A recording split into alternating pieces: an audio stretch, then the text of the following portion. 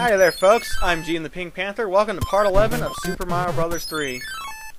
So yeah, we're going to go ahead and tackle the first Midway Castle of world number 7. It's not very tough. Well, no, actually it's not very tough. This is actually one of the cooler castles. I don't show it off because I'm an idiot. But there's actually a P-switch hidden in a block right near there where you can walk under all those blocks. If you hit it, all those blocks turn to coins. It is freaking awesome. If you want to make this level go really fast though, get the raccoon suit or a leaf. I'm serious. And then just want to go to this room. Don't do what I do and go to the other room that I just came out of, but go to this room, run over to the left and fly up. You'll see a pipe. You go through that pipe to get to the boss. Seriously, this is a very easy Midway Castle fort thingy if you know where to go. And now you do. It can be a little bit awkward getting up there, but you know, you have plenty of time, and it's not very bad. There is one raccoon suit in this level, so you want to make sure you get it. Anyway, we're at the boss here, so yeah. It's also a very flat room. This one tries to fly around. You saw it for a split second. He was going to start flapping and trying to fly. Honestly, it's really easy. I mean, really easy. The only one that could ever possibly give you trouble, really, is in world number 6. The one that I freaking died at. So I forget that that warp, or that pipe, takes you right back to the start of world number 7. Anyway, we move on to level number 6, I want to say. Yeah, I'm pretty sure. This one's actually really fun. I like this level quite a bit. It introduces us to a platform that we saw briefly in world number 4, I want to say. It's either world 3 or world 4, but yeah, that's these ones. And when you jump on them, they change directions. They're nice, they're easy to control, and they're set up in a good way. Like, the way the level's designed, you never find yourself having to do, like, 3 jumps to get, or 2 jumps to get to the direction that you're actually needing to go. This part coming up, though, is really awkward. I really don't like this part. You gotta jump past that block and go up that fourth pipe on the right. It's a really awkward jump, and I don't know if there's an easier way to do it than this, but yeah. It's really awkward, and I managed to get it in 2 tries, so that's not too bad. But yeah, it's really awkward, and you want to be careful not to fall down, by the way. Just so that way you don't have to do it again. Let's see. There was a leaf in that block, though. Obviously, you shouldn't really need it. I mean, you got the raccoon suit in the castle before, or you took one of your own there. Whenever you see a new one of these moving invisible outline block things, make sure to jump on it. This one, I got confused, and I'm like, wait a minute, am I supposed to jump over? I guess you can technically jump over, but it's easier just to duck and go under. Why go over when you can go under? Anyway, over here you want to go all the way to the left, like make it to where the platform's like partly through the wall, just so that way you're not dealing with the piranha flower. Blah. And then you want to go over here and go up the pipe, of course. It's a pretty fun level. It's not super maze-like. It's fun. I liked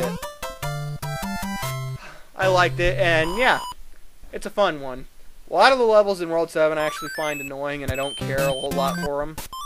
But yeah, as you saw right there for a split second, I do have a Hammer Brothers suit. I got it in World 6 in the item house right before level number 7. That's the item house that I got it. I should have shown that, and I already cut it out, and I didn't feel like, you know. Well, I already cut it out. There's nothing I can do. Anyway, this level is one of the few levels that are better to do when you're Mini Mario.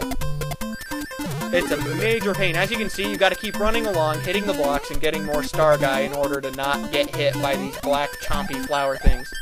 Because I was Raccoon Mario, I was able to, you know, do that and take the hit in order to get the star. Seriously though, do this one with Mini Mario. This level's a lot easier with Mini Mario, and I hate doing it otherwise, and I completely forgot. And I got hit right before the end. That should show you. The time limit, like for the Star Guys, is set up in a way where you just barely have enough time. You can just barely do it if you're not Mini Mario, but you really want to be him, because you're going to be invincible for like the whole entire level. There's nothing that's going to kill you. It just makes it easier to get through. So I strongly recommend being Mini Mario for that. So we're moving on to level number 8. Let's see, what is this one? This one I don't remember being that bad. Maybe I'm mistaken. I'm a little bit hazy. It's been a little while. So we're going to see. It'll come back to me as we play through here. But yeah, I don't remember this one being too bad. This jump right here is awkward, though, because, you know, the Piranha Plant's always going to be coming down. If you have Fire Flower, you can actually get rid of it like that, which takes a bit. You may not want to take the time to do it, but, you know, I prefer to. This one's not as bad. I don't know why, but the setup, it's not as bad, so you don't have to worry about the second one. The first one's really awkward for some reason, though. At least to me. Yeah, seriously, I don't remember this level being very tough. Anyway, yeah. I mentioned at the beginning of world number 6, but when you shoot the walking Piranha Plant things that are blowing those black ball things up, the black ball, if they fall on you, will not hurt you. You want to be careful right there. Ow. As you saw, if you want to be careful because if the thing comes out, it is low enough that it will hit you. This right here is awkward if you don't have Fire Flower because you got to jump in between, and I don't like it. Like I said, this world has a lot of warp pipes, and oh, this right here. Since when can those things shoot fire frickin' balls? Seriously, I was like, son of a bitch! What the hell? Since when can they shoot fire frickin' balls? Not just fireballs, but fire frickin' balls. Anyway, we move on to level number 9. I go. What do I get? What do I get? Raccoon suit. Of course, can't go wrong with that. This level, plus, you need, well, I don't think you need it, but the tail whip will help with this level. This level's very, very, very maze-like, and you can go in the completely wrong direction and have to backtrack. I don't care for this level, even though it is one of the only levels like this. So, while I don't care for it, I do appreciate it, and I kind of wish there was some more with this kind of theme. Anyway, as you can see, you can jump through the cracks, and you want to take pretty close. I think I mess up slightly, like right there. But you want to take the way I take, or right there. You don't want to come down here at all. Well, okay, so I mess up a little bit. You want to take the way that I take, though, so that way you know the correct way to get out of here, because time limit, while it's not terrible, it is there, and you gotta be careful not to run out of time. This is when they start reducing time for levels. In Super Mario Bros. 1, it wasn't until world number 8. But in this game, they kind of started in World 6. They reduced the time a little bit. And then World 7 has a bigger time reduction, and World 8 has a pretty big one, too.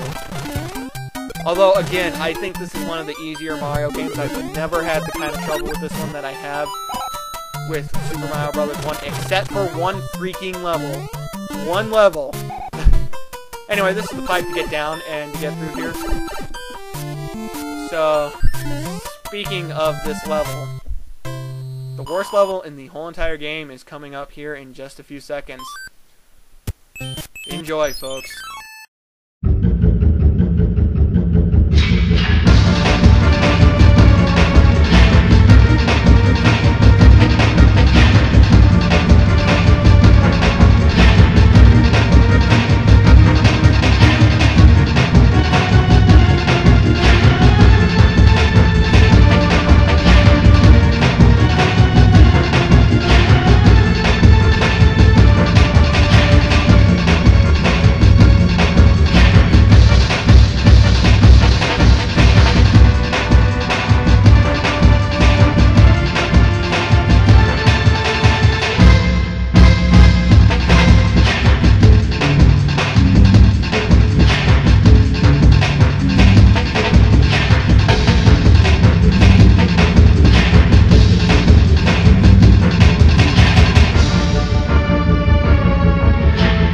Son of a bitch! This level is freaking horrible. It is fucking terrible, and I don't use the F. I don't say fuck very often, but this level is fucking terrible. So as you can tell, you gotta be very, very, very specific with your platforming. I lost almost 30 freaking lives on this one level. A big part of it was that I was really tired, but seriously, this level is fucking terrible. It's the worst level in the game, in my opinion. A lot of people might disagree, but I'm sorry. This level is absolute bullshit. You gotta be so specific with your platforming. You gotta land on pipes on the very edge so that way you don't touch the freaking Piranha Plant.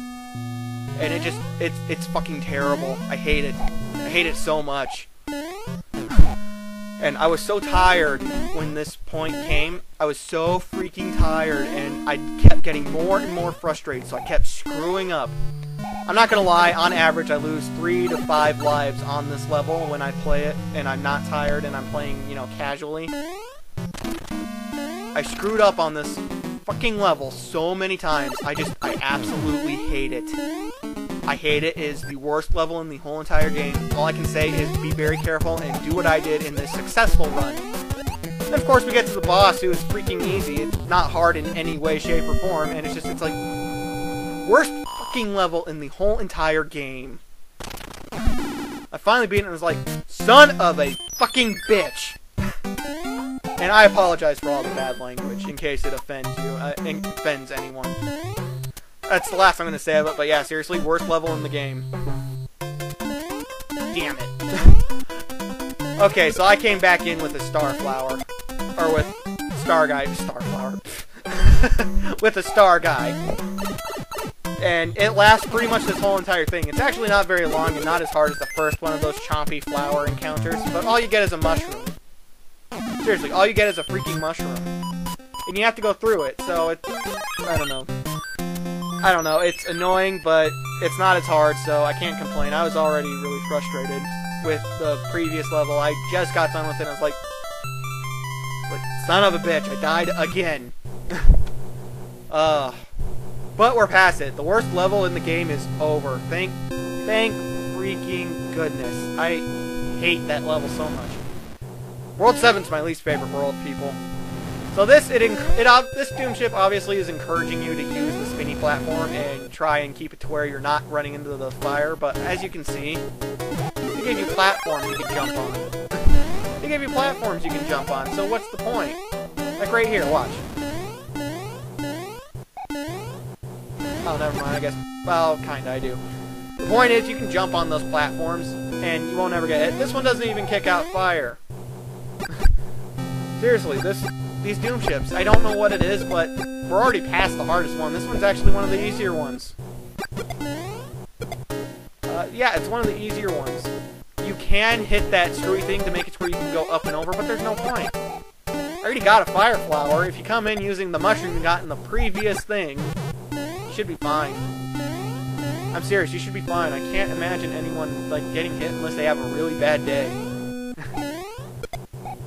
It's a real shame, too, that they keep getting easier. I wish they'd get harder and harder. But, oh well. Nothing I can do about it, right? No use in complaining. Right here is a little bit awkward. Again, I probably should have tested it, but I don't think you can... Well, I think you can, actually, now that I think about it, knock these blue platforms off, like spin them to where they fall off of the little screw part. Excuse me. Off of the screw part, but... there's no need to. You can make these jumps no problem. So yeah, this Koopa Doom ship's not really anything to worry about. I wouldn't worry too much. You can even bypass that whole part if you do a running jump, as you saw. And we're already at the last of the Koopa kids. This is one whose name I'm never going to forget. This is Ludwig von Koopa. He's kind of the exact same thing as Roy Koopa. He has the ground pound effect, and he shoots the little wand ring things. The Koopa kid that I actually think is the hardest, Wendy Koopa. I'm serious, I think Wendy Koopa is the hardest, followed by Lemmy Koopa. After that, Roy and Ludwig von Koopa are tied, and then the other ones are all pretty much the same. The Koopa kids aren't very tough, which is a shame, but... Anywho, that was the last level in World 7, obviously. Oh, thank heavens, I'm back to my old self again. Thank you so much. Here is a letter from the princess. Well, awesome. Actually gonna look up the story soon. Yo, I kidnapped the princess while you were running around. She's here in my castle if you dare to try and rescue her. King of the Koopa.